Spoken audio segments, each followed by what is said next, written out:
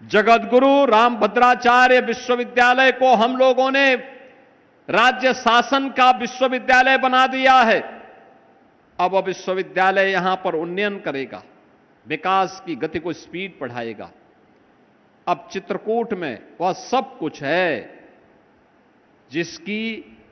हजारों वर्षों से इंतजार था और आजाद भारत में 75-70 वर्षों से जिसके लिए आप लालयित थे। और बहनों और भाइयों, आज उसी के लिए आपको आश्वस्त करने के लिए मैं आपके पास आया हूं।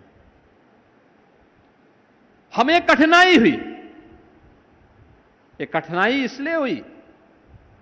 जिन क्षेत्रों में डबल इंजन सरकार से जुड़े हुए एमएलए एमपी हैं वहां पे तो कोई दिक्कत नहीं होती, लेकिन जहां पर है नहीं वहां कोई बोलने वाला नहीं है। समाजवादी पार्टी के लोगों को तो ठेके पट्टे से ही फुर्सत नहीं है,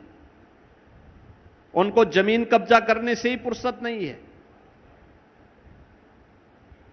वो तो सरकार का डंडा है कि वे कब्जा नहीं कर पा रहे हैं, लेकिन गिद्ध दृष्टि तो लगी हुई है। बहनों और भाइयों, 2022 में चित्रकूट में भी डबल इंजन सरकार का कोई एमएलए होता, भाजपा का कोई एमएलए होता, तो चित्रकूट अब तक अयोध्या की तरह चमक रहा होता, काशी की तरह चमक रहा होता, प्रयागराज की तरह चमक रहा होता। 2024 में अगर एमपी भी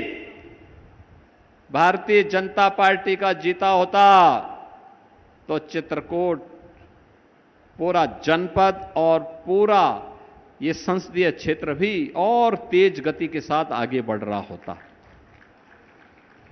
जो जनता की बुनियादी सुविधाएं हैं, जिनके लिए जनप्रतिनिधि डे टू डे लड़ता है, काम करता है, मेहनत करता है,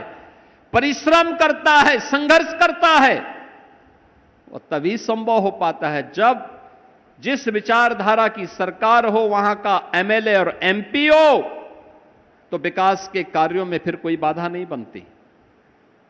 बहनों और भाइयों, यही समस्या थी, यही समस्या है चित्रकूट में। हम लोग तो तब भी आ जाते हैं,